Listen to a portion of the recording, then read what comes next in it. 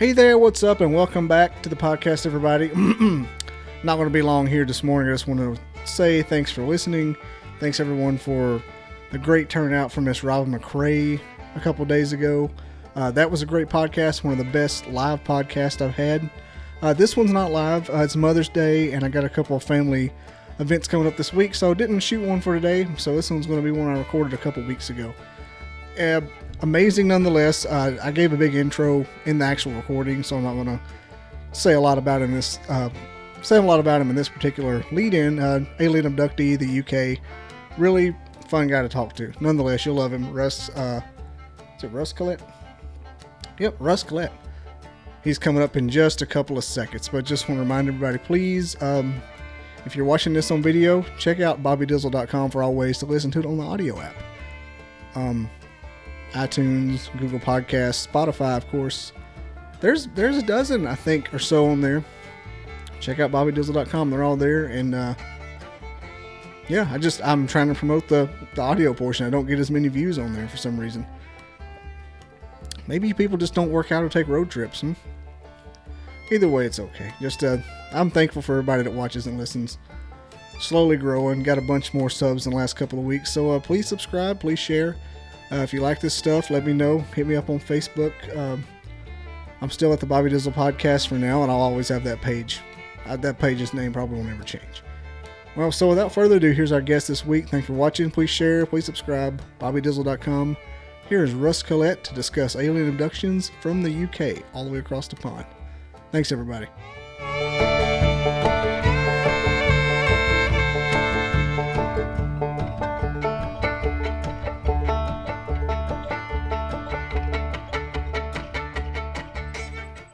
All right.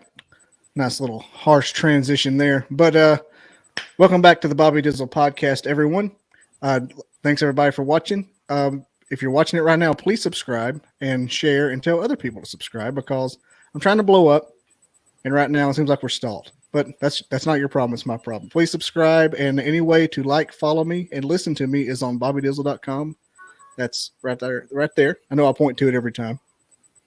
So I just go to bobbydizzle.com for all ways to check me out. Anyway, enough about me. Today's guest joins us all the way from the UK, alien abductee and author Russ Kellett. Russ's story has been featured 5 times on the front page of newspapers worldwide, as well as a telly on the BBC. See what I did there with the Beatles reference.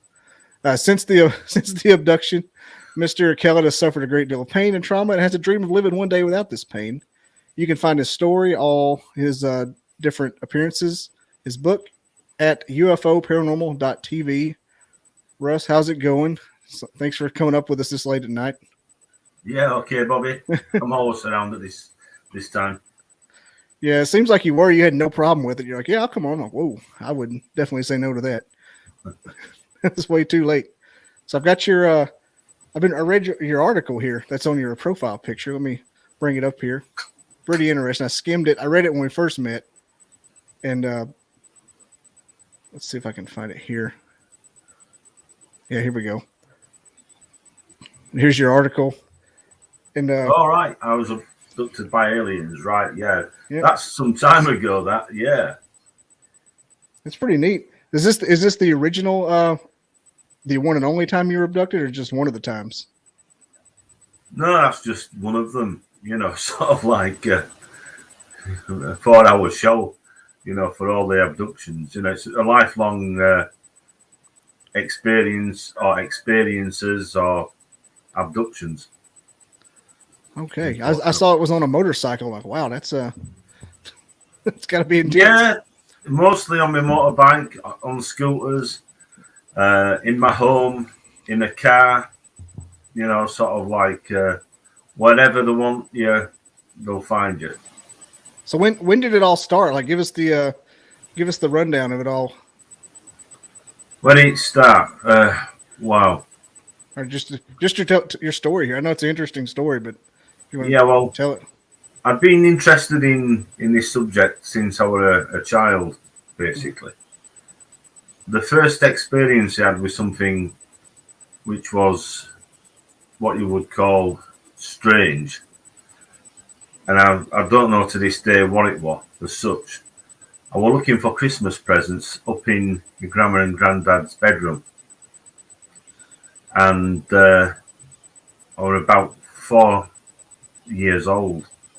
And my mum and grandma were downstairs. And I could hear my mum and grandma talking, and my mum shouted up and my grandma shouted up as well, "Russell, where are you?" And I shouted down, "I'm in bathroom."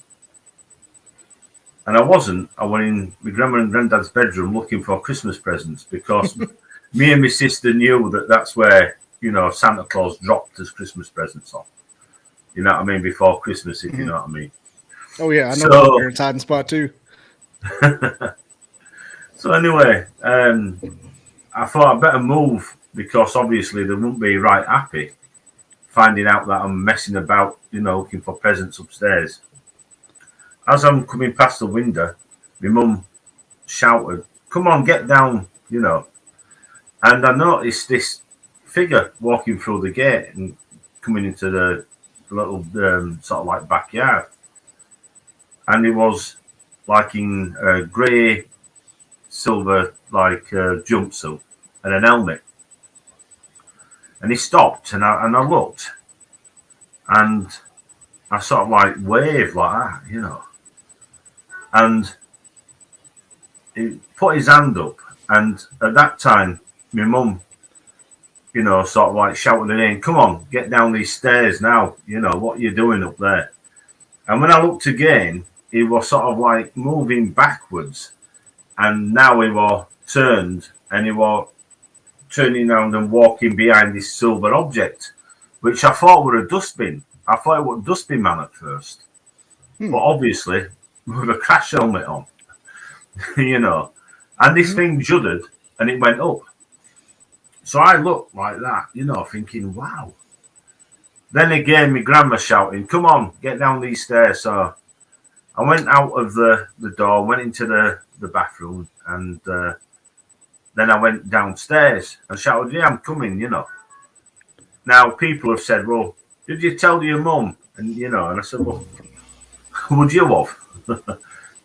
Sort of like, if you were looking for Christmas presents and, you were upstairs and you basically doing something they shouldn't be doing, Mm-hmm. Obviously not, so that was the first time. And the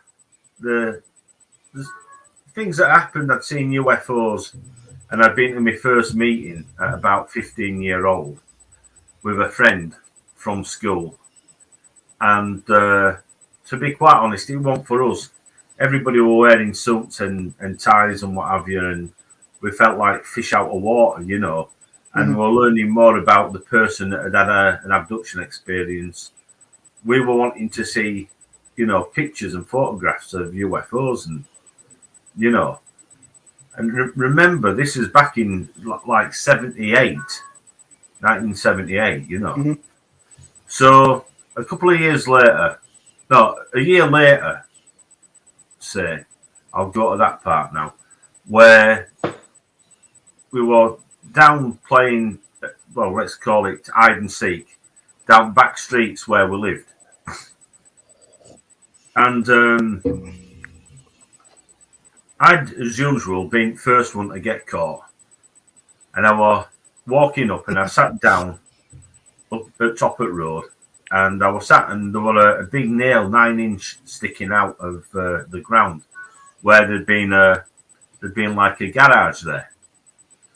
So I'm sat down pulling this nail sort of thing in ground, and I looked up and I looked up again. I couldn't believe my eyes. There's this big ball object, and it's like red and white sections, like like a tangerine, an orange, it'd be red, white, all the way around. And I shouts, "Look, a UFO!" And it was about second house on the top of this road, where there's a row of houses, and I'm shouting, and it's moving across like this, and it was massive. So I'm shouting, "Look, a UFO!" And I could hear one of my friends. I won't tell you what he shouted, but he says, You're always trying to, sort of like disrupt the game when you get caught. We know there's not a UFO. Oh, he thought you were taking a flop. Thought you were And I faking an said, injury. Oh, look. well, doing what? Sorry. No, I said, is it like you're taking, like your flop, faking an injury? Yeah. But I'm saying, no, seriously, like there's a UFO, and one by one, these little heads popped up over walls, over garden walls and fences, and from behind garages. There were a couple of big garages down that road. And one of them shouts, "Yeah, it is a UFO. He's right. Look!" And everybody run up to the top of the street now. And there's about 15, maybe 20 of us because it's school holidays. So now, because it's moved across, they've all left me and they're all running chasing after it. And me being chubby little fat kid, I'm last one behind, and I'm sort of like running across the road to catch up with them. By the time these cars had gone up and down the street, and I'm ready to cross over the road, they're all walking back. Where's it gone? And they said, "Oh, it went behind a cloud, So, that was something, sort of like big to us. We're discussing what it could be. And one of the lads and his girlfriend said, "Oh, it was a hot air balloon." And I said, "Well, it wasn't." And my friend said, "No, it wasn't. We've seen hot air balloons.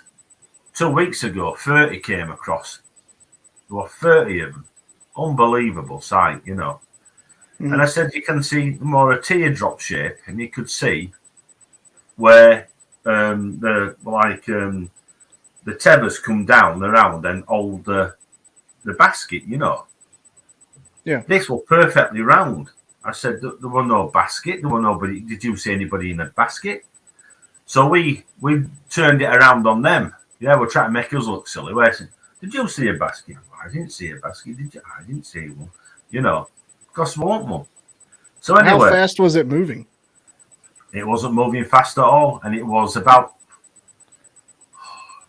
massive compared to the balloons, 5 times maybe bigger.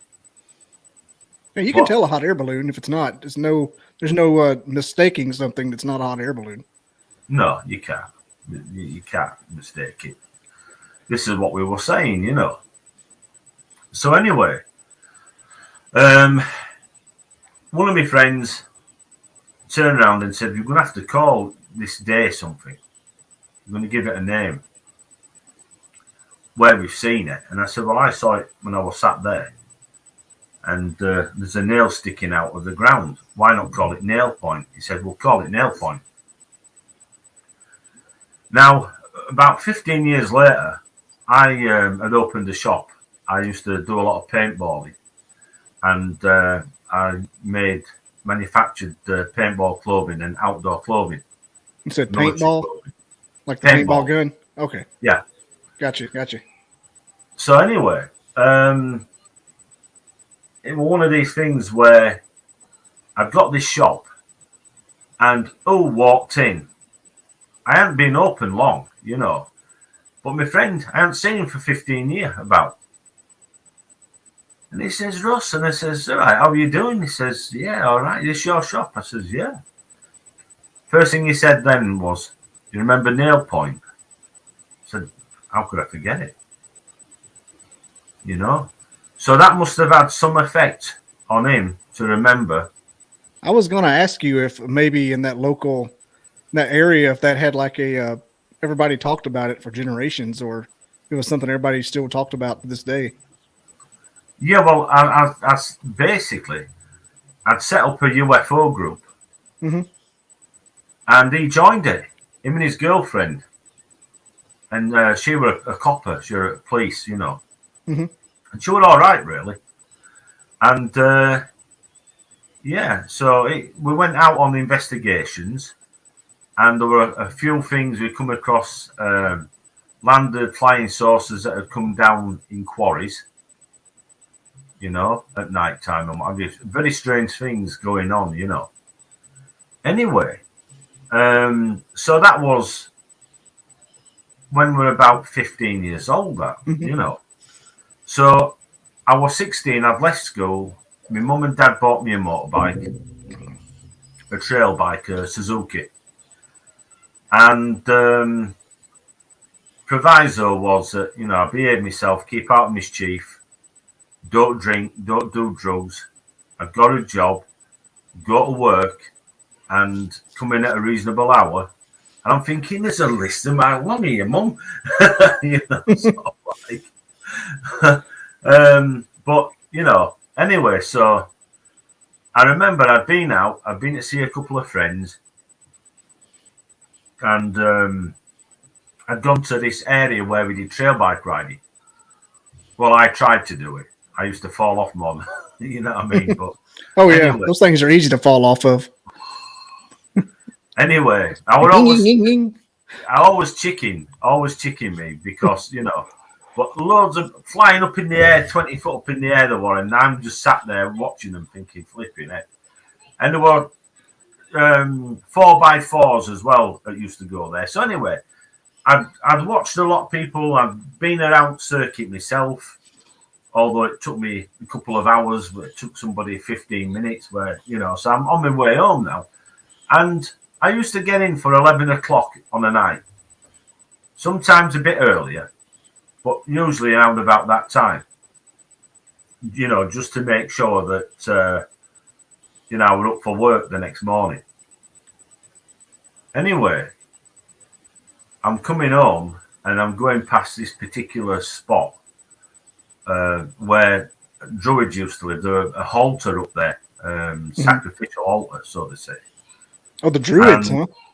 Druids altar, yeah. And okay. Down the end of the road where the lane that used to go up to this Druids altar is where this thing happened.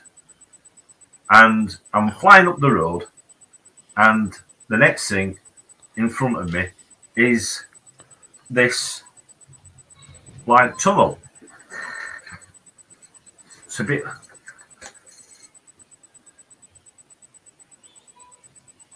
Right, so I goes through the tunnel and ended up in a room. And the next thing, I'm laid back in this chair and I'm looking around, and it's dark and there's movement, and I'm looking at the movement, and I'm looking up, and I looked up, and the next thing I see is this face looking down at me. Well, it was like this, right? Yeah. Oh, okay. I see it. Yeah, like it. The face looked like that? But yeah, there were about 6 of them, and they were in dark blue, and there were a couple with like white, what do you call it? Some like, how do you call them now? Like a some kind of pinny, you know, over the top sort of thing. Mm-hmm. And I'm absolutely, you know, like scared stiff. The next thing, I've had my head moved forward. I've had this injection in the back of my neck. My head's been moved this way, and there's this thing like behind me. Now they're opening my mouth and putting this thing in my throat, down my mouth into my throat, and it's got an helmet attached to it. And I am panicking, and there's this voice saying, "Look, don't panic. We're not here to hurt you. And you're having a good try." You know what I mean, sort of thing. Anyway, so job of it. Yeah. So the next thing, I'm being elevated up in this chair, right funny chair, sturdy. It had to be to have my weight in it, but sturdy, even then sturdy, and it was like on wires, and it was now elevated up really high. I'm talking about really high. And I'm looking, and I can see people in a row at the side of me, both sides, and below me. And I'm thinking, neck. Now in front of us, there's this massive arena, and there's this like hologram, and it's giving information to this helmet, and it's coming up and it's telling us basic battle skills, and it's coming up and I'm looking at all this information and about how to use weapons and, techniques and stuff. And the next thing, I'm back on my motorbike and I'm nearly hitting this wall where the road turns. So I'm going round now and I'm thinking, flipping heck. And I'm thinking, shall I look back? What was that? What's just happened? Look, so I'm looking back. I had to look back. So I look back and there's nothing there. And I'm thinking, wow, flipping heck. So carried on home.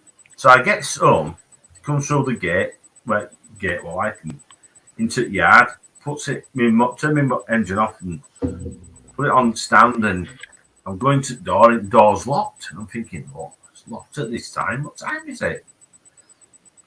The next thing, my mum comes to the door. What time do you call this? And I don't know. What do you mean you don't know? You don't know what time it is? I said, no. Where have you been? And I thought, am I going to tell her where I've been? She's going to she's going to go mental. She's going to think there's something wrong, sort of like I'm taking drugs or something. Yeah, she'll think you're on LSD or something. Yeah. So anyway, I said, my bike had problems with my bike. She said, yeah, I like this story. So anyway, get in. So I got in, smack it back at head, go on, get to bed. You know what time it is, she says. I said, I told you, no, I don't, Mum. And she said, well, what time do you think it is? I said, 12. 2 o'clock, she says. 2 o'clock, she says. So you lost 4 hours. No, about 3. 3? About 3. She said, you're supposed to be at work. You start work at 8 in the morning. It's 2 now. And my grandma were down. What's he been doing? Where's he been? She said, I'm going to tell his dad. She said, well, he's as daft as him. She said, he won't do no. If you've ever seen a film called Kes, about this lad with a bird and Yorkshire, and that sort of scenario, grandma, mum, that, sort of like, get to bed. Yeah. So anyway, I gets to bed and, up next morning and sort of like, and I'm thinking, do I tell him? You know what I mean? So I thought, no, I better not. She'll take me motorbike keys off me, knowing her. You know what I mean? So anyway, I'd been out and enjoying myself, and nothing had happened, and I goes out again on my bike, and I've been to a friend's house, and I've been trail biking again, and it was a bit earlier this time. The same thing happened again. The same place. Couldn't believe it. As soon as I seen the tunnel, I thought to myself, no. I'm looking around, like to see if there's any cars behind. I thought I'm going to slow down and I'm going to turn around right fast. Too late, the bike's been pulled in. Now, is this on your way home? Like, is there? Yeah. Do you have to go that way? Well, no, but I used to, like go ways home that I used to like and what have you. Oh yeah, I know what you're feeling. Take the back way, take the scenic route. Well, not only that, there a cracking young woman that lived around there, so I used to go see if you're hanging around. It's all making sense now. It's all coming together. Carry on. Say no more. So, it's like, would you go the scenic way with a beautiful woman that lives around that way and a couple of other good-looking women as well, a bit further down? Or would you go the long way around where it's scenic but, no beauties? Yeah, I get you. On your motorcycle, I hear what you're saying. And sort of makes sense. And I wasn't bad looking, so I mean, sort of like there might have been a chance, you know what I mean, of a bit of abduction by then. That's funny. You're facing alien abduction and possible death, but hey, there's some women over there. So anyway, I've done worse. yeah. So I'm back again, and I'm in the same routine, and sort of like have this. I'm thinking, oh no, you know what I mean? And then I know what's coming, and I'm not as scared as I was the first time, but I'm not enjoying this, you know. So raised up again, had this thing in my mouth and helmet on, and you know, sort of like more information downloaded and what have you. And it's like more battle skills, but advanced and what have you, telling you more information and what have you. Next thing, I'm back on my bike again, and you know, sort of like I'm off. I'm, you know, sort of like on my way home, and this time I'm still late in. You know, sort of like it's still fairly late. It's about 1 o'clock this time. So I still get a talking to, you know, sort of where have you been? What time do you call this? And, you know, so not happy with me at all. So now it's, you know, a year on more or less nearly. And I've got a scooter now. And some of my mates have got scooters and, you know, sort of like into like different type of music now. And sort of like there are a lot more better looking, you know, young women, you know, sort of like hanging around scooters and what have you. So, you know, anyway, so it sounded a good choice. Mm-hmm. So I'm there, sort of like on my scooter, and I thought to myself, you know what, I'm going to go a different way tonight. I thought I'm going to go a different because this other way. There was some other, you know, good looking, you know, chicks this other way. So I thought I'd go that way. So I went that way, and guess what? Happened again. Yeah. I was going down this dual carriageway, you know, sort of like, and, you know, sort of like the next thing, it's a case of bang, straight into this damn tunnel again. Same procedures. And I'm thinking, flipping heck, I don't believe this. You know what I mean? I do not believe this. If I'd have gone that way, I could understand it, yeah? Changed opposite direction. Totally opposite direction, going round, you know, sort of like, and still happens. So anyway, now, it's some months later on after that, you know, sort of like, same thing happened. So, now, are there any correlations in the times of the month and the times of the day or times of the week that you're getting taken? Like the well, third back Saturday of then, every 2 weeks? I wasn't really taking much notice. Mm-hmm. You know what I mean? I was sort of like trying to avoid admitting to what was going on. You know, I'm thinking, no, Mm-hmm. you know, not again. And so you're just going, and the tunnel just appears, and all of a sudden, boom, you're in. Yeah, I tried slowing down, and he's getting pulled in. Seemed to be getting pulled in, you know. Okay. So I got a new scooter, and it was a racing scooter, a bit faster than the other one. So I'm going over to a friend's house now, and I'd had an injury. I'd been training. I had an injury to my knee, and I met this chap at this dojo, and he said that he could put my knee right with acupuncture. So I thought, oh, that sounds great. So he said, come over at my house, and my wife, you know, sort of like is there and what have you, and, you know, make you a drink, a coffee and what have you, and I'll do your knee. I'll do some acupuncture for your knee, you know. So I couldn't believe it. Fantastic. So anyway, I finished work, and I was going to his house, and I'm just opposite his house, where he lived, sort of thing, but his house is in front and a main road.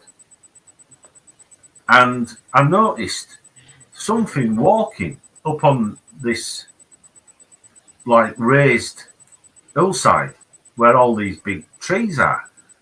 And it looked like a spaceman, a giant spaceman.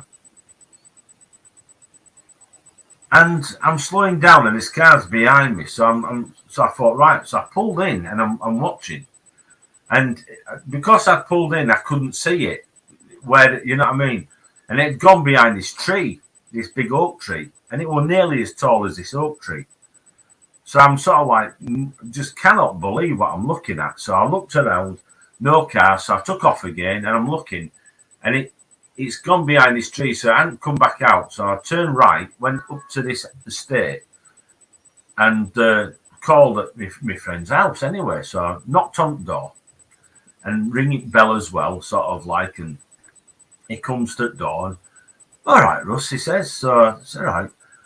And I'm telling him, I said, you won't believe what I've just seen. I said, just coming up the road, up main road. I said, it was like this. It looked like a giant, like a spaceman in a spacesuit and helmet.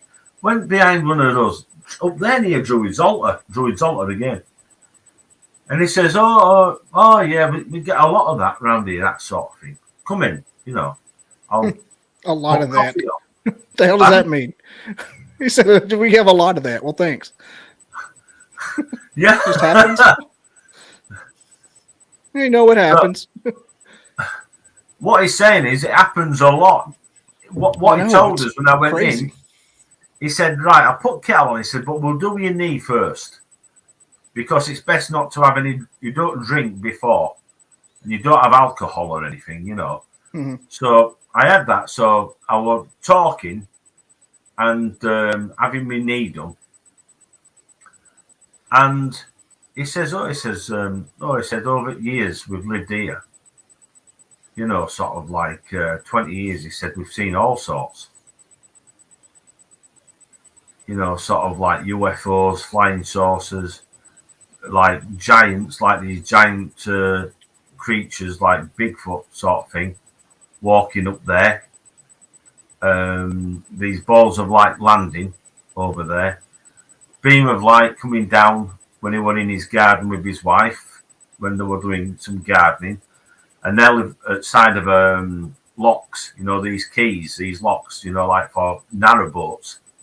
Mm-hmm. And I'm thinking, flipping heck. So they've seen a lot. So that's why it was no big deal to him. You know what I mean? It was like, oh yeah, we see that a lot around here. You know? Now, strangely enough, when I started investigating this subject, one of the members told us that her friend, who lived just down the road from here, were walking a dog, and the dog was just, you know, sat there, stood looking up, and she looked up to see what we were looking at, and this head with like this thing over, like a balaclava, were looking at her from behind this truck, and it had all these. It would, you know, like for carrying trees, you know, logs, a logging wagon, and it was full to the top, and it was looking over at her, and it walked around now, and it came from behind the truck, and she said it was a giant. She says, and it was like in a skin, you know, like a skin diver. Or a frogman, you know, like a wetsuit. Water. Yeah, wetsuit, yeah. And that was along there as well, you know. Now, funnily enough, when I started investigating and looking at maps of that area, I came across a couple of strange things. One was supposed to have been where the Romans had a fortress around there. A lot of standing stones. Right, but on the map, it said that there was, in history, there was a giant lived on this land, and it was called Romble's Moor, you know, moorland, and it went all the way across to Ilkley Moor, where it was a famous case called the Green Man of Ilkley, where a flying saucer landed, and there's a picture of a green, like an alien grey, carrying like a suitcase. It's famous. If you put it in, if you type in Ilkley Moore alien, it'll come up and it'll show you. And it was supposed to be an off-duty policeman took a photograph of this. All around the area where I'd been abducted, this lady had seen this this tall giant, where my friend and his wife had seen flying saucers, balls of light, like shadow people, giants, and what have you. Yeah. And where I'm abducted. Mm-hmm. And in the opposite direction, about 2 miles away, right, is where 2 young girls in 1915 or something, they saw fairies in the bottom of the yard, in the garden, at a place called Cottonley. And they were called Cottonley fairies. And Conan Doyle, like who wrote, what do you call it now? What did Conan Doyle, that detective, Sherlock Holmes. Oh, okay. I was looking up that Ilkley Moore alien picture while you were talking. So he went with Houdini, and they were looking into all this, and all this is in this area. That's the one. Yeah. Yep. Yeah, it's carrying like a suitcase or something. All around this area. All around the area, where I've been abducted, where I've seen this, this tall spaceman, where the woman had seen the frogman, skin diver, and where my friend and his wife had seen flying saucers, balls of light traveling, landing, sort of like these giants walking around and shadow people. So anyway, I'd had me knee. I'd had this, sort of like thing done to my knee and what have you, this acupuncture and what have you. And I was told, to go back in a week's time and have another session, So I thought, right, great. So we had a coffee, and I set off on my journey home.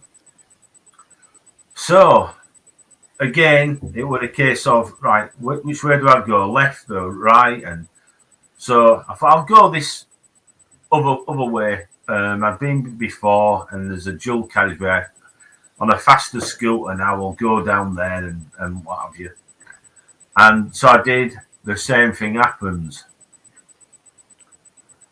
Again, we've got the tunnel there, and I'm in this room again, and they're all around walking, and I have this injection in my neck. But things start to change now, because now I'm in a room with checkered board floor. Ooh. So there's this big checkered board floor, and it's massive. It's like a big hall. And there's a row of us. And I'm thinking to myself, I've got no clothes on. Where's my clothes?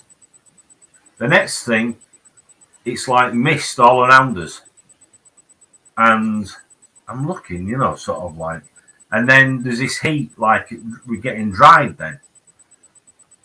So what happens next is this thing comes down, and there's 2 tubes. A wall comes across, like it just grows in front of us, and these things come down like a sluice. We're drinking out of these tubes, and we're told to drink, and then next thing, we're being sick, and we're told to be sick in this sluice and drink more of this stuff from this first pipe and keep on drinking, and then drink from the second pipe, or like water. And we're being sick and drink more water, and we stop being sick. Next thing, these things go up, the sluice goes up, the wall goes back, and now there's this mist again, and basically we're getting dry again. Now the wall comes forward, and in front of us there's lockers, and we're told to put this suit on. We put the suit on. It's very lightweight and it's white. There's two knobs, the top one, and there's one at the bottom. We're told to leave that one. The top one we're told to turn all the way around, so we turned it all the way around, and as suits get tight and they go from white to yellow to dark yellow to green to dark green to blue to dark blue to black. And now we're wearing this suit and it feels unbelievable. You feel like powerful in it. And you've got little boots as well at the bottom that have grown. It were like a kid's romper suit, if you know what I mean. Mm-hmm. So now you're all in one. And we're told, don't take the weapon out until you put the helmet on. You must wear the helmet because the rifle, it is a sound weapon. And there were 3 magazines and there's clips at the side where 2 go and 1 goes in the bottom like a normal magazine for a rifle. But they're not magazines as like ammunition.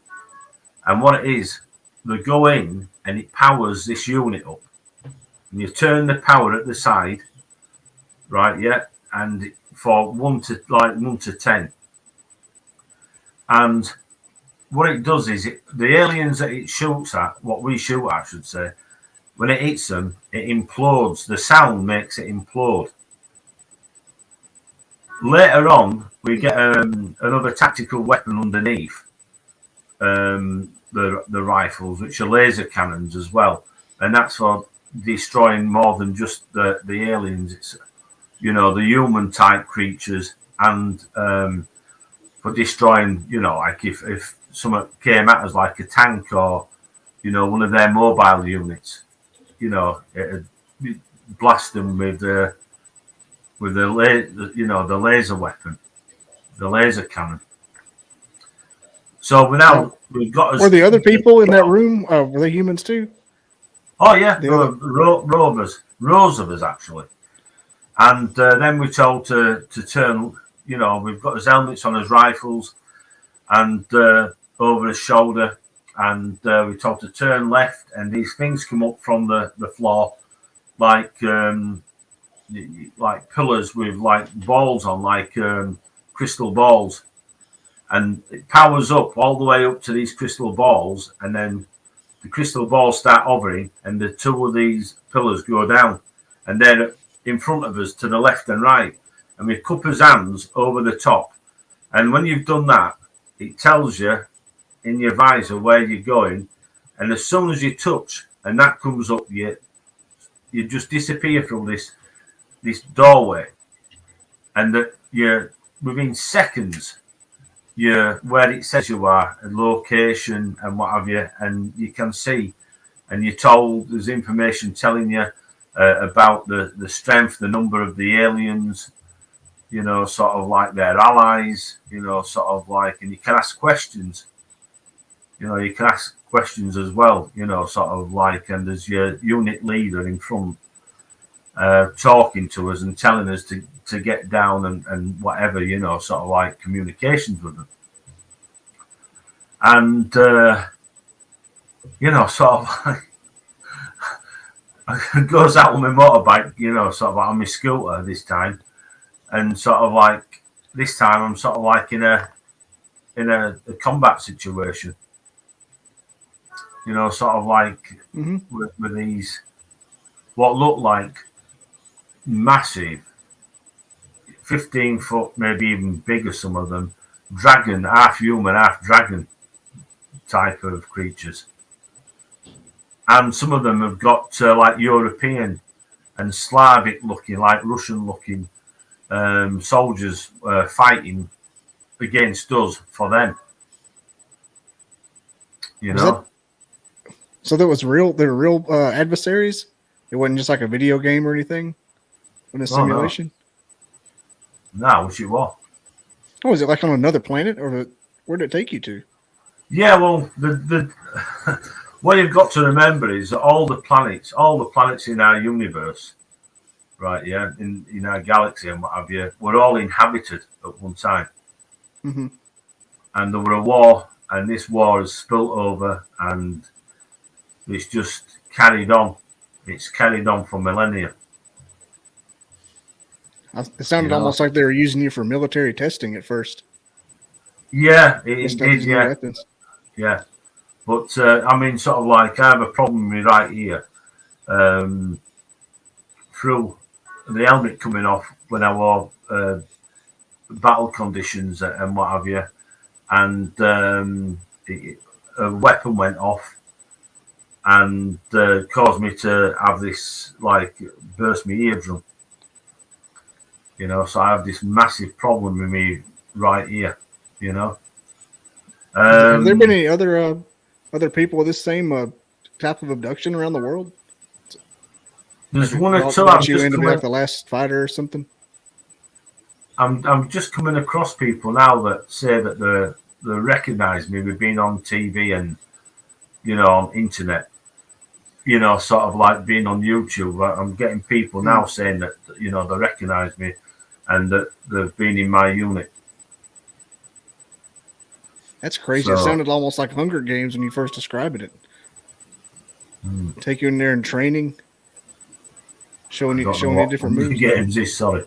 Oh, really? Yeah, it was like a movie where they made the kids fight to the death. It was a whole thing about 10 years ago. No, surprised you never heard of it. It was a pretty big deal. Had Jennifer Lawrence in it. That's I know, sorry. Like. It had Jennifer Lawrence in it. No, from no, she sorry. Oh, that's okay. It's what was the other one? Ender's Game. Kind of sounded like that as well. They bring the little kids in. They conscript the kids to do their bidding. Right. It was very. I mean, the thing is, what you've got to realise is that this isn't. There's the last when I remember the last time on this mission when we went to this underground base and we overrun it and we took it over and basically there were people there that had been abducted and they'd been used for all sorts. They'd been used for slaves, sex slaves, women, and what have you. The men, sort of like they'd been abused. They'd been working in sort of like rough conditions. It looked like they'd been working like in mines and what have you. These are all humans. Yeah. Wow. So the thing is, what you've got to remember is this, and this is what I try, sort of like I can't emphasize this enough, that some countries know about this, and some countries, their government might have one government working for one lot of an alien race, and they might have another faction in their government working alongside another alien race, and like in America, they might have another faction working for another alien race. 3 alien races, different ones. Sort of like, and sort of like, if you look at it realistically, politicians are not in politics now for the good of the people and the country. What they're out for now is to make money and become millionaires. Oh yeah, getting that and kickback. That's all of them. That's not just left wing, right wing, or centre. They're all the same. They're not bothered as long as they're getting their cut. They won't ask questions. They'll pass things and laws. I mean, if you look at this, realistically, this was supposed to have been started around the time of Eisenhower, when he had that meeting. I think it was, I think in 1954. Yeah, it was in the 50s. When he had this meeting in New Mexico, didn't he? And February 1954, if I remember rightly. He met the tall whites. Yeah. Out there. And what are tall whites? I'm just trying to think now. What I know that what had been said was that you'll get technology if you give us a quota of humans that we can abduct. Who'll give him permission to do any of that? If that is true, if that is true, you know, who'll give him permission to take people? I've been hearing that my whole life about the Eisenhower thing. Everybody seems to think it's true. So I mean, the thing is, you know, you can see. Apparently, you know, there was integrated circuits came out. You know, sort of like just after that. Pardon? Yeah, it was just after that. So you've got microchips, integrated circuits, you know, sort of like valveless radios and what have you.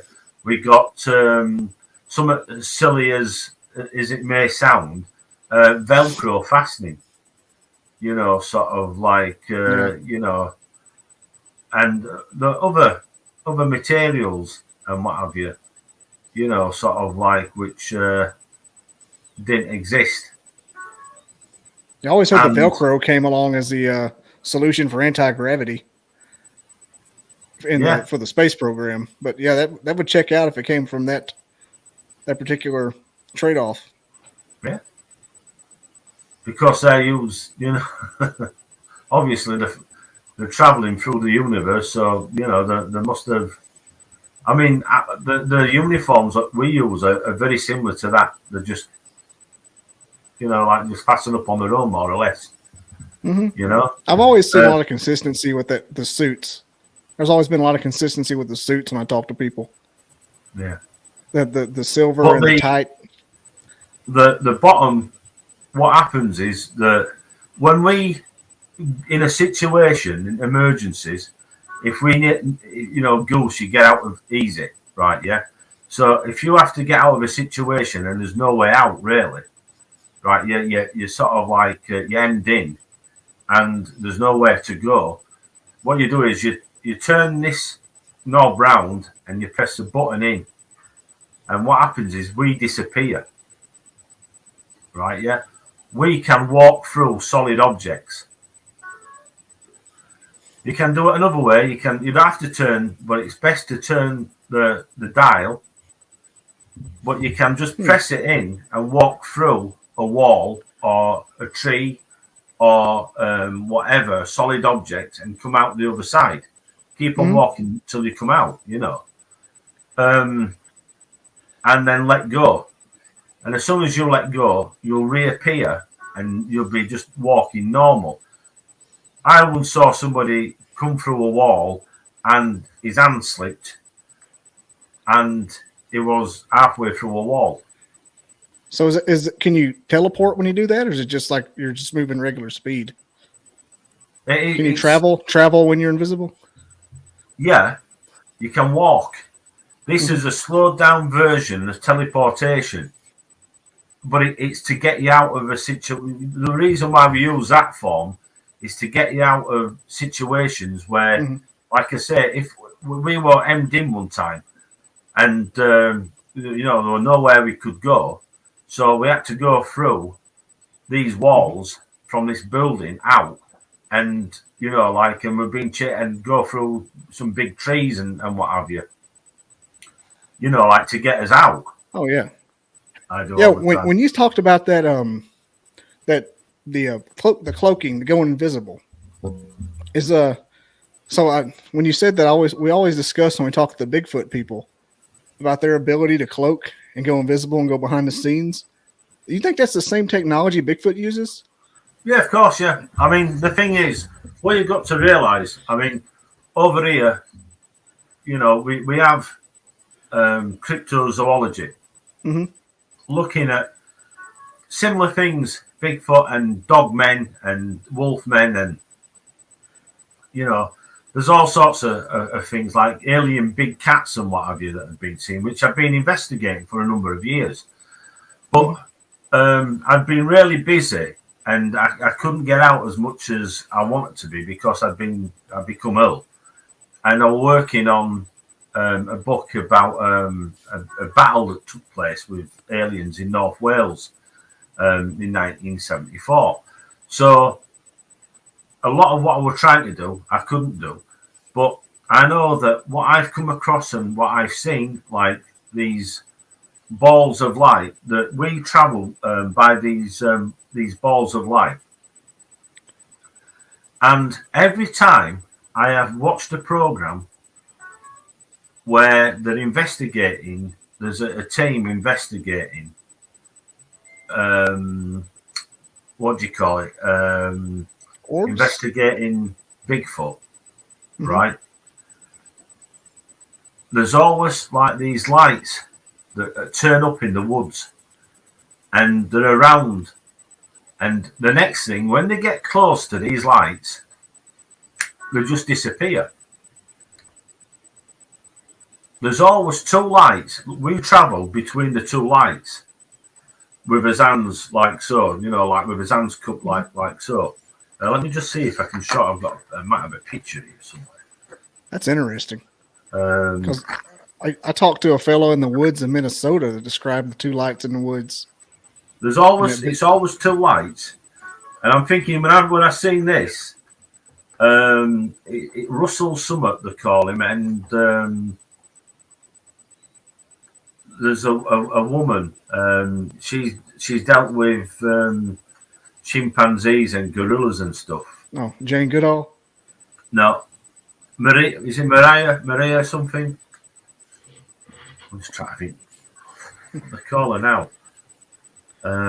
It's on television at the moment. Expedition, is it Bigfoot or something? Mm-hmm. Oh yeah. But like I say, every time at night, these like balls of light come down in woods, and sometimes in the trees, which can't be any form of aircraft or helicopter. Otherwise, sort of like they'd be smashed to pieces, wouldn't they? Like if they eat the trees and what have you. Mm-hmm. Oh, where is it? There it is. Nobody you can see on this. But that's me in a circular room. And can you see the balls of light? There, what I'm touching. Oh, yeah, to the sides there, yeah. That's before I go. You put your hands on top of each one, and then you just travel with like that, like you're in between the two balls of light. Okay, so it's kind of like the orb technology. Okay. It's like what? Sorry, the orbs that everybody always sees. Well, I know there's a lot of people see orbs, and I know it's definitely dust and what have you. And you can't tell them. But I know what you're saying. These are more than orbs. These are like big crystal balls, like 10-pin bowling. They're always the ones they saw were like this big. They just come floating, kind of thing. Yeah. So that's crazy. It sounds like you experienced the same technology that they use. Yeah, it looks like it. And then we're talking as well about shadow people. Well, the thing is, when we use that technology, there's only one problem, and that is there's an effect when we use that technology for us to get out of easy. You know what I mean? When we, like ghosts, when we're getting out of a situation easy. There's one problem, and that is it leaves like a shadow of us. So when we walk through walls and stuff, and where we become shadow people. Mm-hmm. Now, the other thing as well, what I've been seeing is when they've been looking for Bigfoot, that all of a sudden, when they're walking, someone can say, look at that, there's somebody behind us, and there's a shadow person. Or the effect, a shadow of a person walking, and they're all looking to see, well, where's it coming from? But they can't see anything after that. They just see a person, a shadow of a person walk, and then disappear. Now, do you have to have anything? You have to have anything like on your wrist to make it work, or is it just touching the balls? touching. You don't even touch them. You just cup the balls with your hands like so above. Somebody's going to take that one out of context. Do you just touch the balls? Oh yeah. I had to think about it. Wait a minute. Some people might like doing that. Oh, well, hey, there's nothing wrong with it. It just when you said that about going invisible and the white lights, I'm like, holy crap! I wonder if it's the same style. Like me and my biologist friend, I always had this hypothesis that there's a technology that's common with whoever's lurking on the other side. You know, kind of like Apple and Apple and Android and Microsoft that kind of does the same thing. Yeah, well, this is technology. My eyes lit up when you said that. That technology that I showed you in that room was people around me. Wasn't the aliens that took me. It wasn't the aliens that took me in the technology. It was the same technology, more or less, as the alien race that takes me. But they were more like humans. And they were all dressed like Knights Templars. And what had happened, we had a battle with them.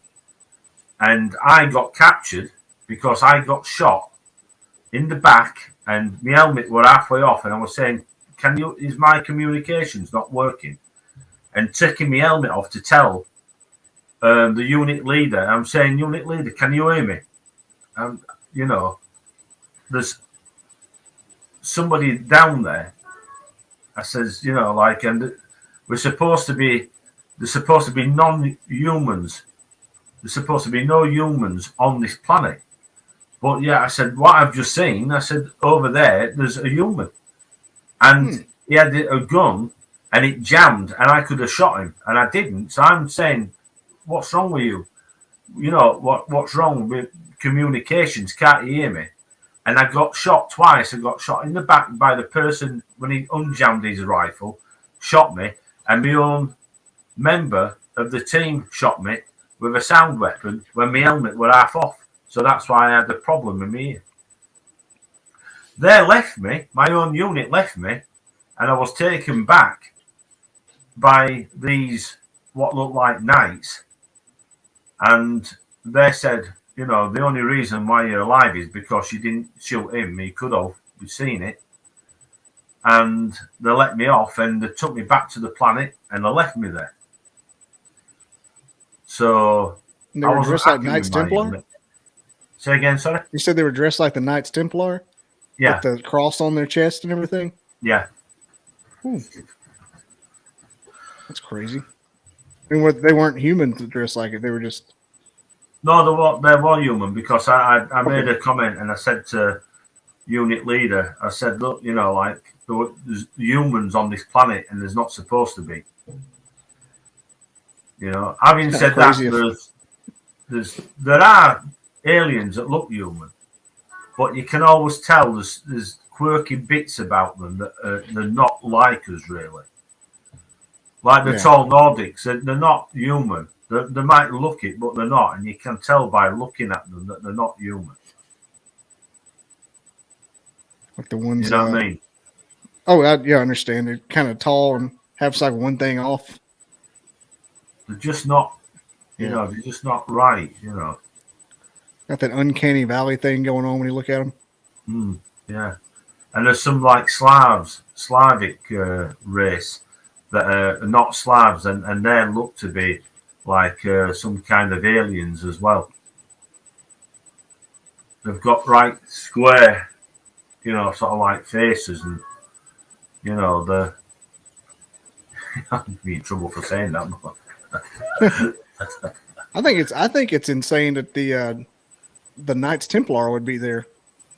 That kind of says a lot. Did they have the same helmets on? No.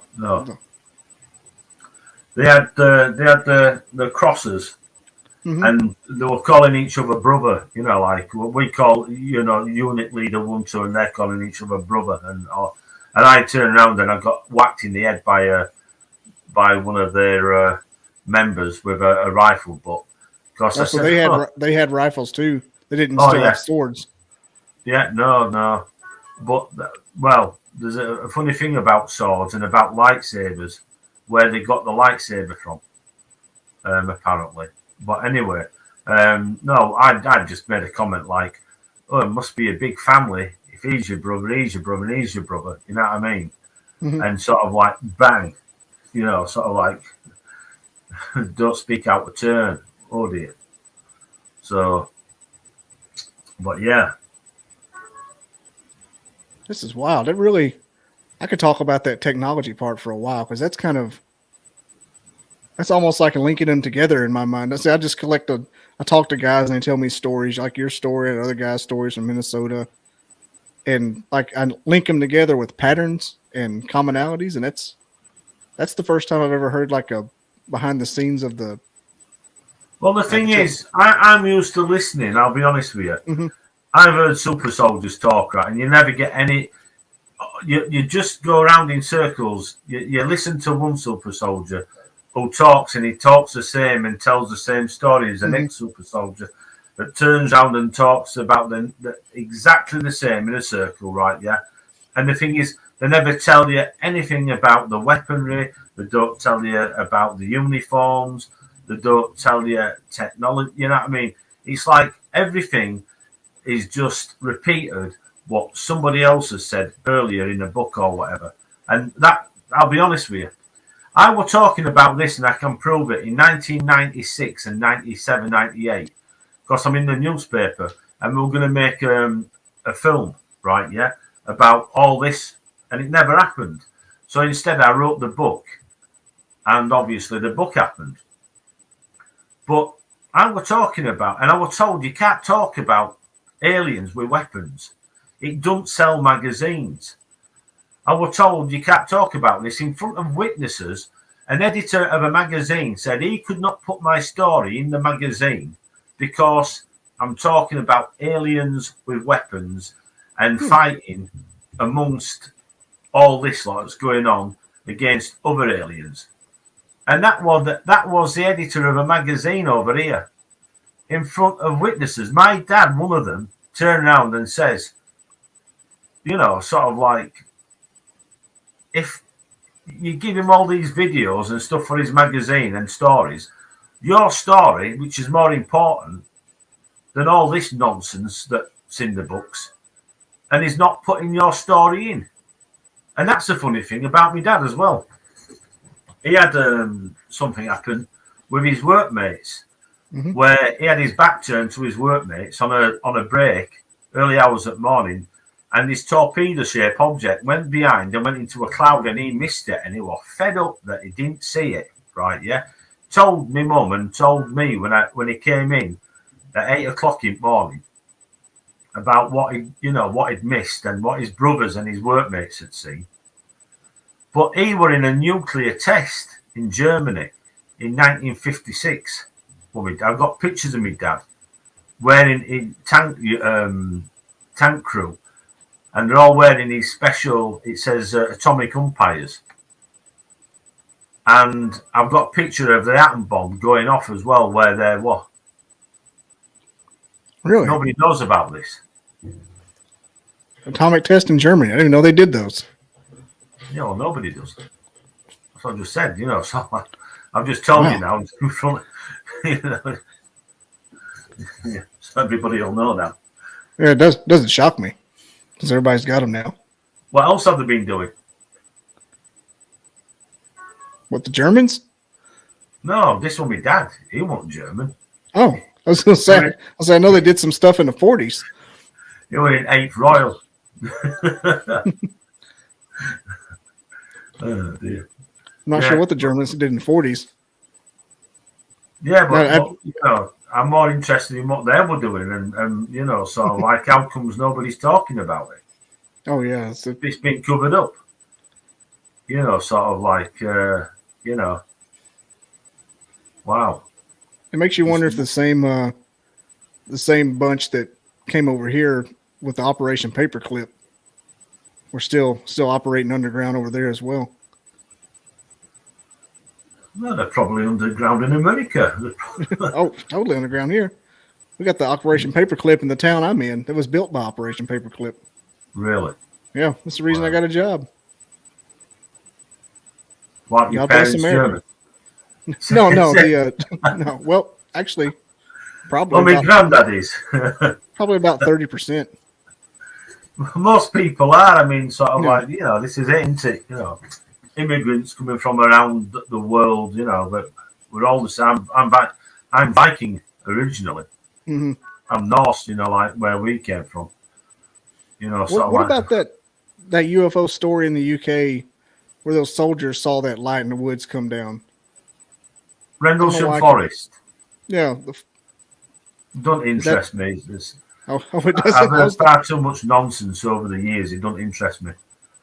It's sort crazy. of like. Okay. That was like British's Roswell or something. Somebody called it that. Well, the British Roswell is before that, actually. It's the Berwyn Mountains.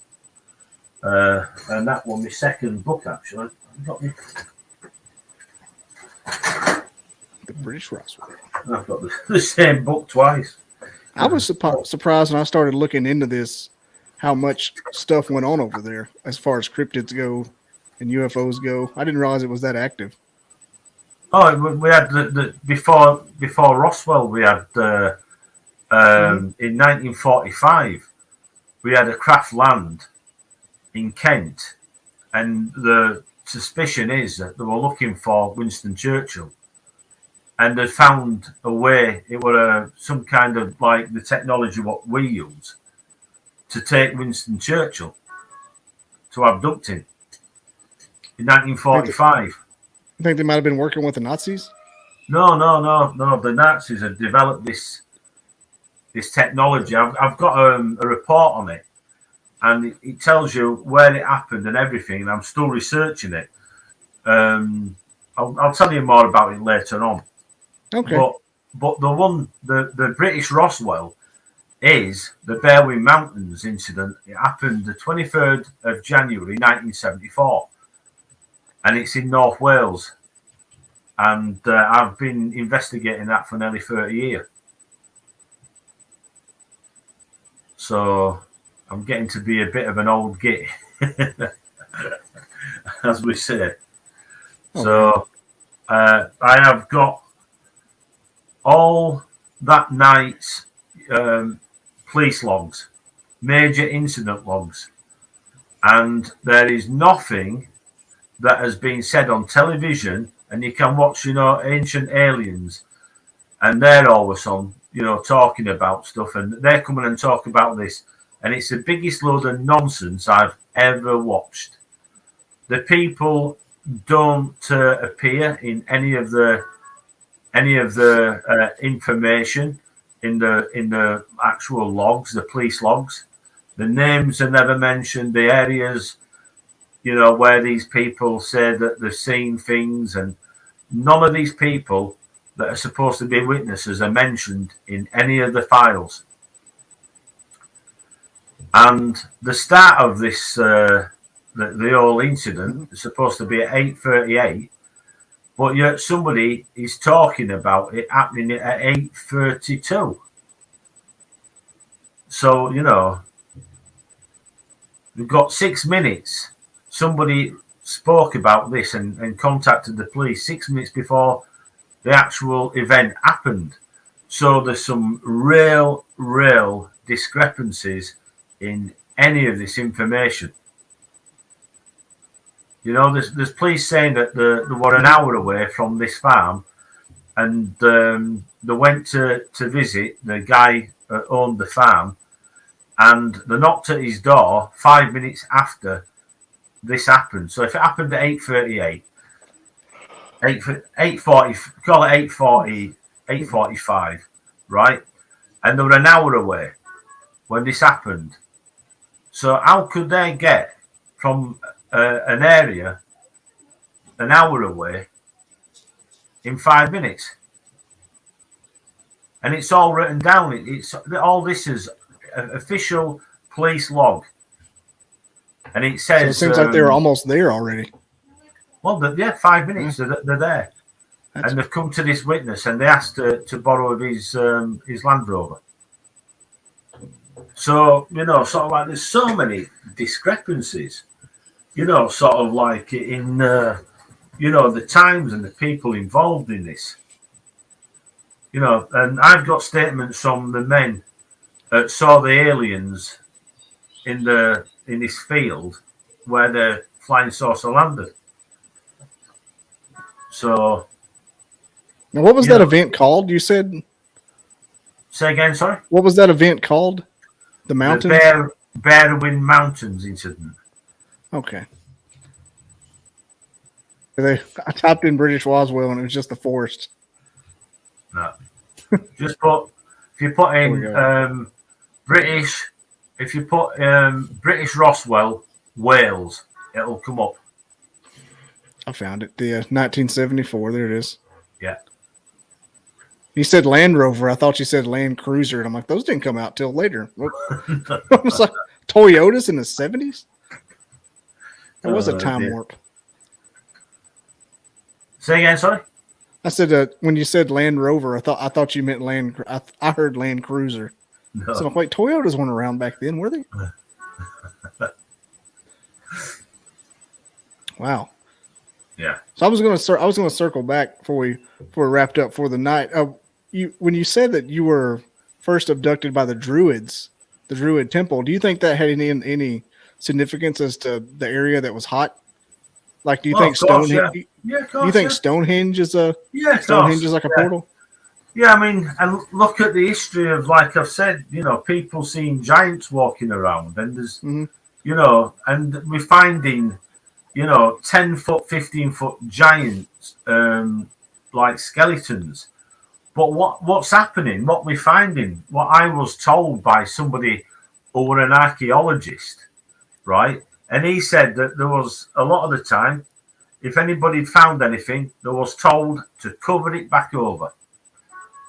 Unless they were building something, and you know what they'd do, they'd either cover it back over, right, yeah, or take the skeleton and look around for anything else, and then get out of there.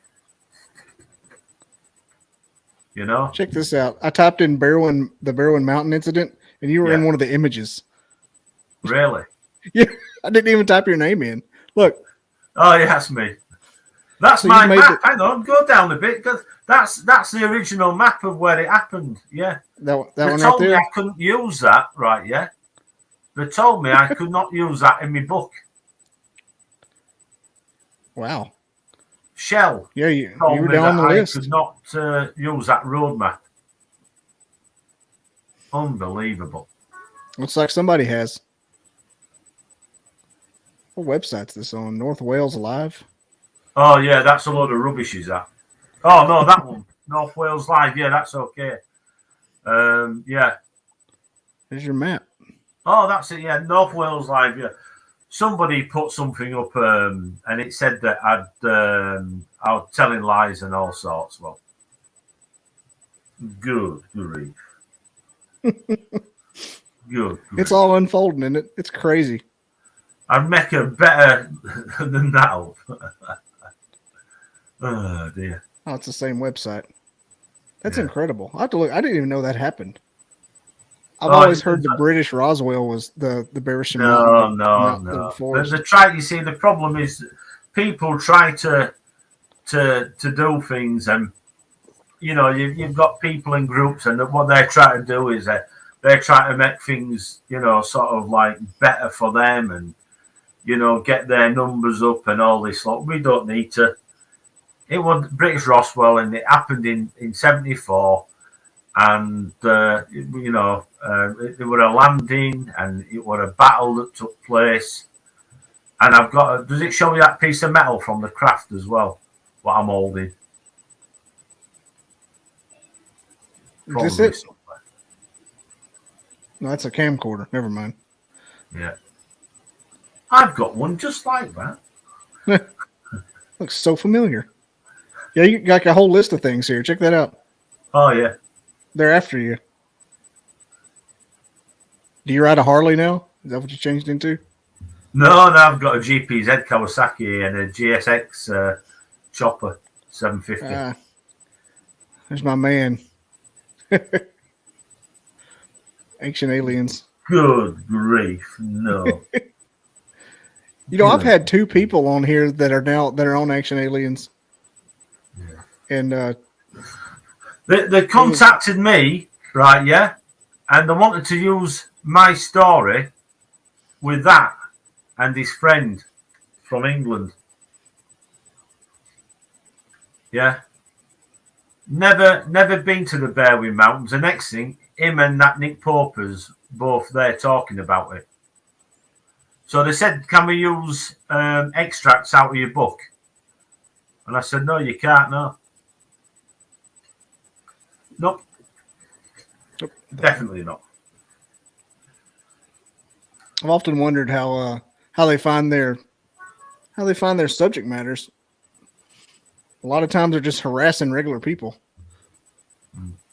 Like, let's steal your story and steal your. Yeah, well, I told them I had a barrister ready. He said, "No, you're not using nothing, not using anything."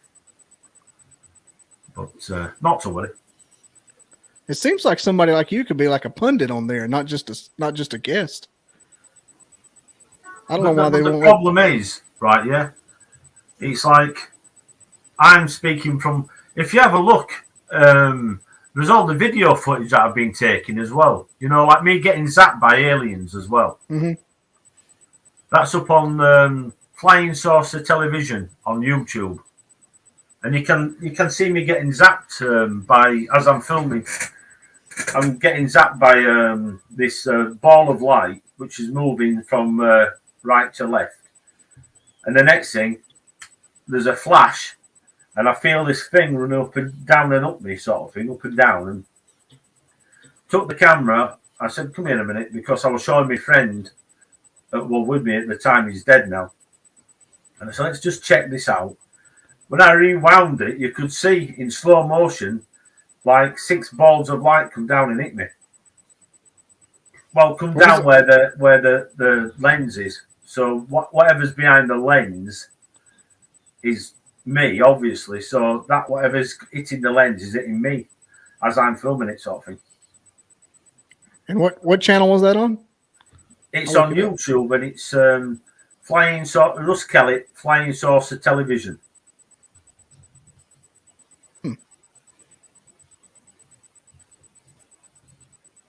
Over here. It don't matter if you can't find it, but there's also I see it right here.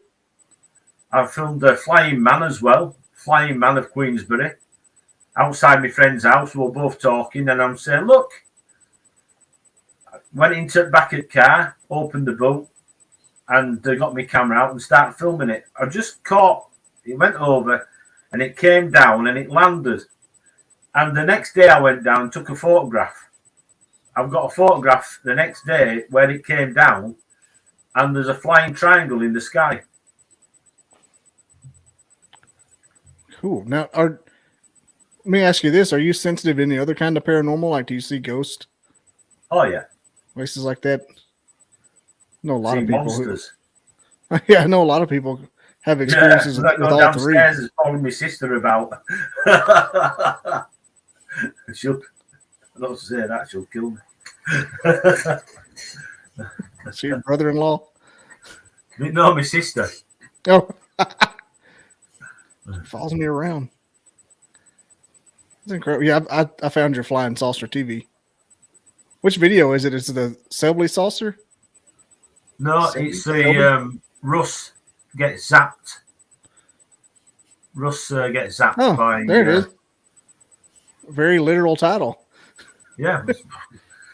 I don't know if I can play it on here, so I'm not going to risk it, but I'm watching it. Say again? It right now. I said I don't know that I can play it on the video, but I'm watching it. You can play it if you want. I'm not bothered. No, sometimes YouTube will flag it, no matter if it's a permission or not. Well, tell them I'm here on the other side. I'm giving you permission to. So I told him. Yeah, something definitely happens there. Oh, well, you slow it down and you can hear. There's a click because it busts my camera as well after that. I had to get another camera. Then I filmed, there's 2 balls of light with no sound. You said it ruined your camera? Yeah, it did, yeah. 3 cameras have been ruined by being zapped and by filming.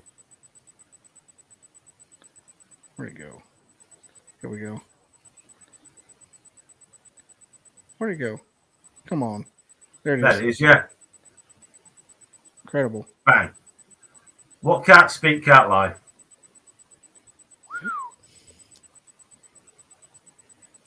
Give me an headache as well, actually. And if you slow it down though, right, you can see the actual balls coming down and coming up, like coming down and up sort of thing. Yeah, do you see? Mm-hmm. Did you see that? I did. That's right. Watch. Yeah. And you can count the 6 balls of light as well. Balls of light.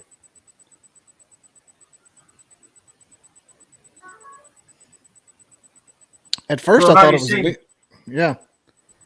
So you're seeing somebody, that's interaction with an alien craft. I probably So got you on the most wanted list. Unwanted. I got you on. Look, this guy's a troublemaker. He's telling his stories. Well, I've ducked bullets before today. Oh. Interesting. At first, I thought it was lens flare. Then I realized there's nothing to flare off of. There's no. I had somebody that turned around and says, "Oh, there's a clicking noise." I said, "Yeah, there is." You turned the night vision on. I said, "The night vision were already on." And they said, "Well, you turned it off." I said, "But it's in night vision, so it's on." Anything, people trying to get, like when people are jealous. You know what I mean?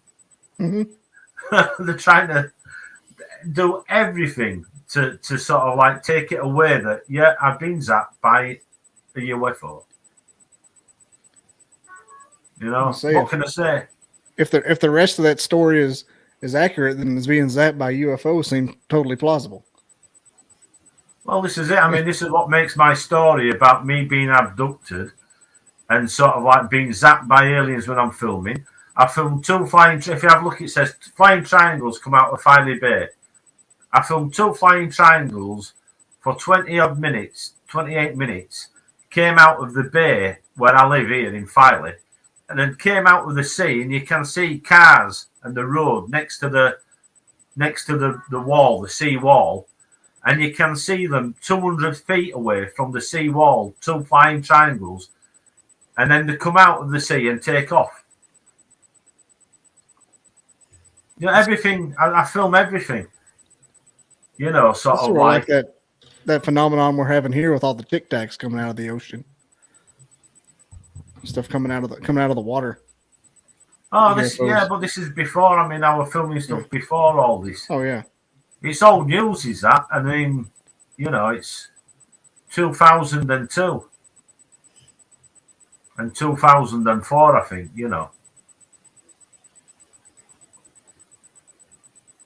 Got a lot of footage on here.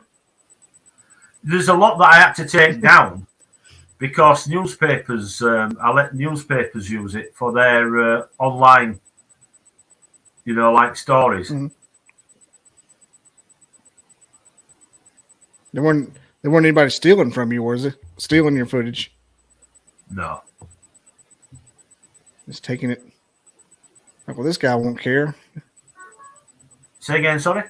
It'd be like they take it like since you're sort of amateur, they'd be like, well, this guy won't care if I steal his footage. Well, everybody knows because I know it's me that's taking it, and I've got the thing is I've got the original master copies. You know what I mean? So yeah, that's incredible. That's been a good story. I didn't know that the the abductions involved that much interaction. Well, hell yeah. Yeah. I go out when I see them. I stop going out. I'm bored with them. You know what I mean? It's like I go out and I'm messing about filming, and I come in and for like 3 weeks I'm coughing and barking with flu and what have you. I'm thinking, no, I ain't doing that again. I'll wait till better weather comes and then go out and film them. Mm-hmm. You haven't had any incidences since, have you? Getting pulled on board, anything like that? No, not for a few years now. Apart from they took me what do you call it out about 5 years ago. They took me implants out of my eyes, my nose, and my ears. Must have got too old for them. Oh, thank you. No, I really you say you're no longer in drafting age. Do you get a pension? Oh dear, I should have one here.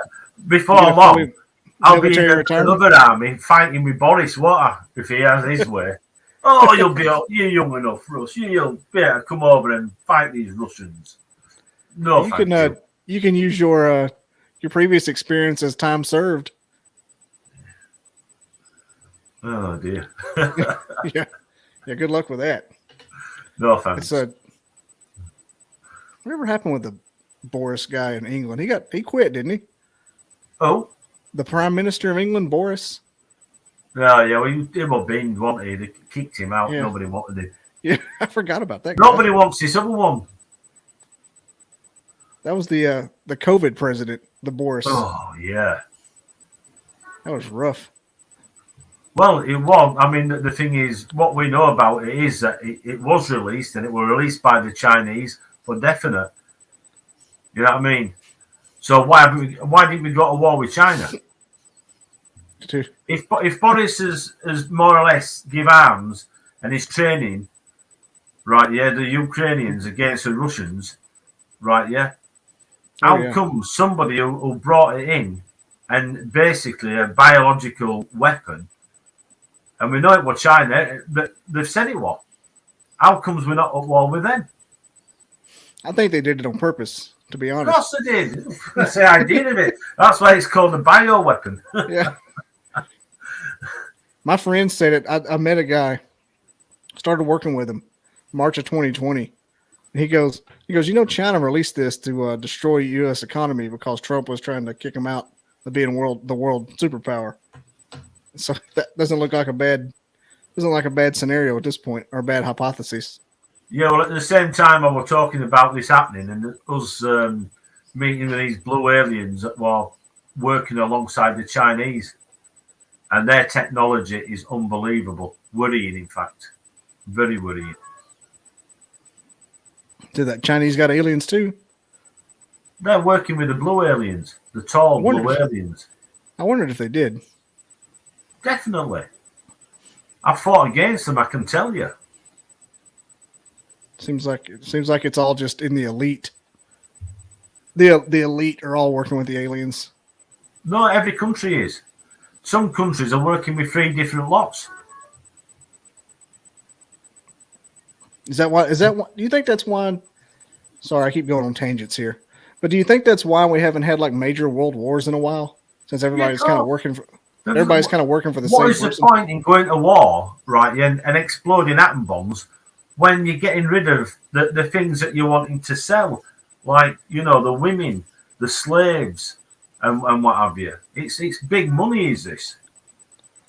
And all the countries know about it. I mean, my country's bet on slavery. They're all royal family and what have you. Most are, even the Africans themselves, are all slavers. Oh yeah, and then that's been the scandal throughout history. The Asians, they're just the same, white slavers, and it's still going on today. But this time they've got something other than they've got not only a global commodity, they've got something that goes out into the cosmos. So you've got slaves for the cosmos. So we've got all these slaves and these women. Not only from the planets around, other planets. Think about it. So it's a big business. Oh, yeah. That kind of stuff is. Especially, I mean, just among the elite here. I can't imagine, like, universal wide. So the problem is, we know for certain. And a lot of these people in government are all at it. You know what I mean? There's none of them, sort of like 100%, is there, that can hold their hand up and say that they haven't done this or they haven't done that. So it's like, they're all as bad as each other. So, they're getting power out of it and money. So why do you think that we stopped going to the moon?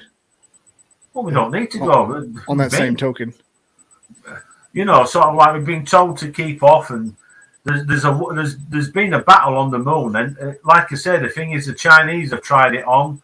The Russians were told, well, they're friends with America and Britain and what have you, because it's like, what's the point in having a nuclear war and having nothing at the end of it, right? Yeah, when you can be, like brothers in arms working against these aliens and other things that come along. I kind of wish we'd get interstellar travel.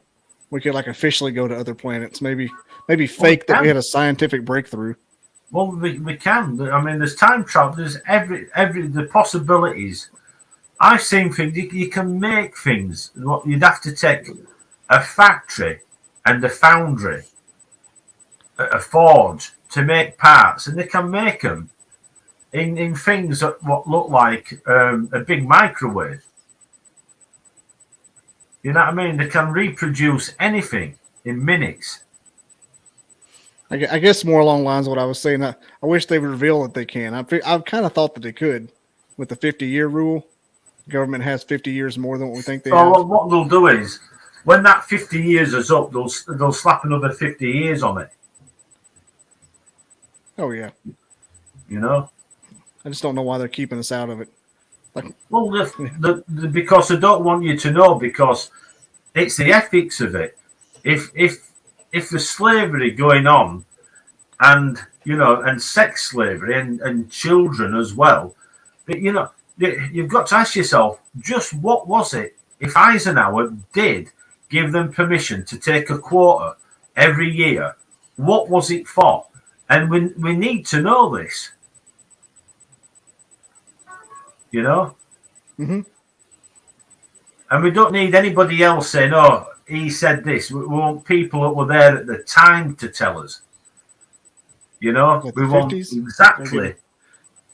And those people are getting old. Well, this is it. But the paperwork, unless they've destroyed it, it'll be still there. No. Good old-fashioned redaction. Yeah. Yeah, they got it erased. Kind of like the Kennedy assassination. Yeah. They're never going to tell about what happened there either. This is it, and it's Shredder. The Shredder rules. Oh, working night and day for weeks. That Kennedy assassination will cause me to stay up at night. Anytime there's a new revelation. Yeah, I mean, someone said, "Oh, they know this," and I said, "You don't even know who got rid of the president in your country. How can you say, you should know about this? You should know about that, if anything."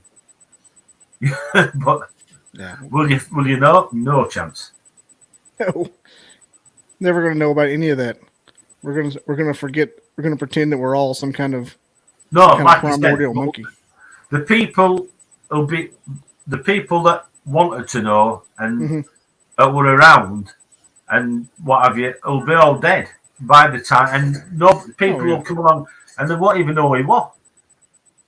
In years to come, they'll say, "Oh, worry. Oh, okay then, yeah." They'll be on with the next big thing, won't they? The next big craze, you know what I mean? Whatever it is, new phone or other systems what you can use. Which is all implanted. It's all implanted. That's the next thing. The brain chip. Yeah, I'd be all right. It won't work. I've wondered how the indoctrination of the fresh would be the word, like the fresh people who work behind the scenes with the aliens. I wonder what, like, when you get a promotion of that, what that indoctrination was like. When you finally eat the baby embryo and go into the elite section of the military or the black ops. That's gotta be a wild transition. Yeah. You come home and can't tell your wife about it, and you're like, what happened? Oh no, I had a big day, we had a lunch.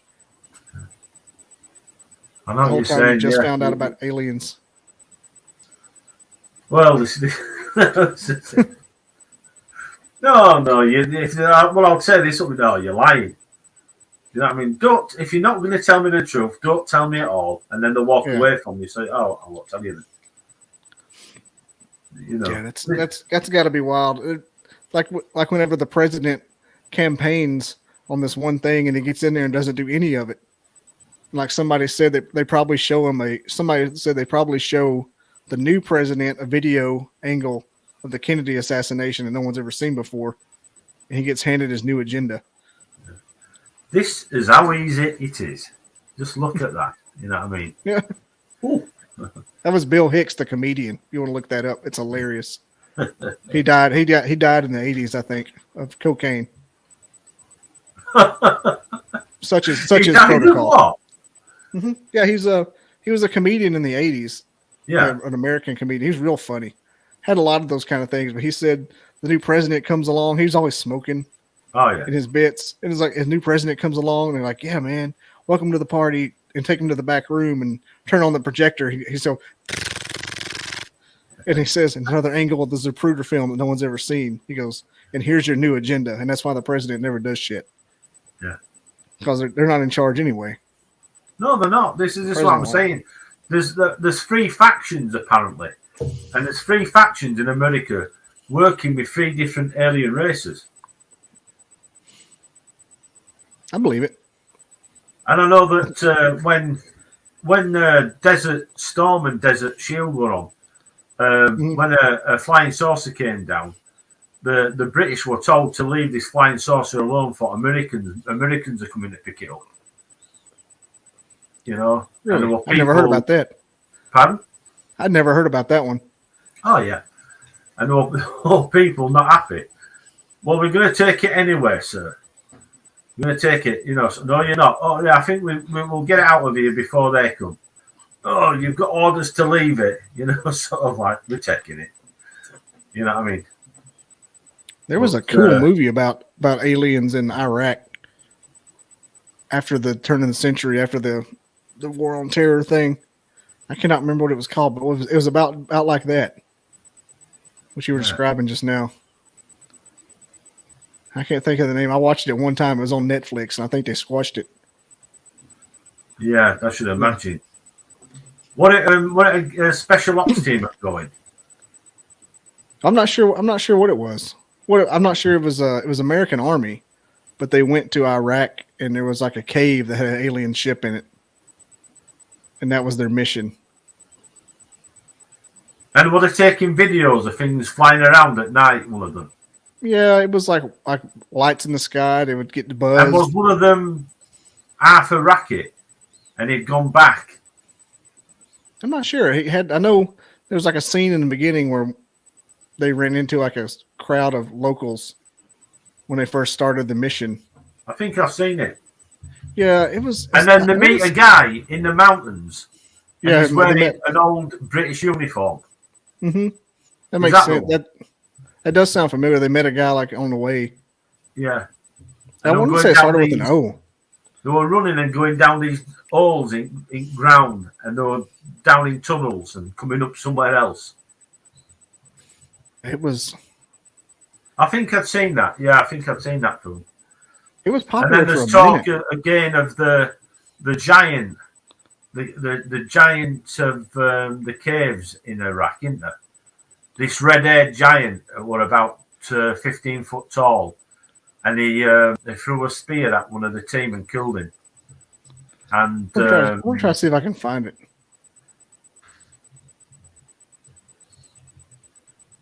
I think I've seen the film. I know what they call it as well. I think you described a lot of it. I think it started with an O. With a what, sorry? I think it started with an O. Yeah. We're like Operation or something. Let's see. I'll find it. That's what I do. Because I worked for the people, the army going over there. Right. And they all liked that movie. It was when Netflix. It's like one of the best movies on Netflix at the time. Netflix was terrible back then. Tomorrow War. Oh. Iraq War alien movie. I remember they got over there and it was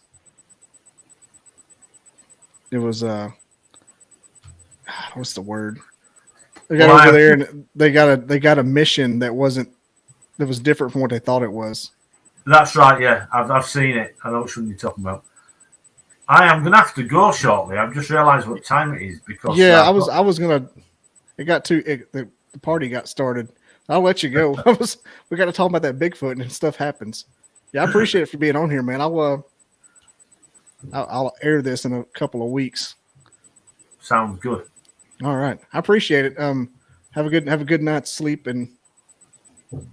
Yeah, I've got things to do tomorrow. I've got a lot of media work I've got to sort out tomorrow.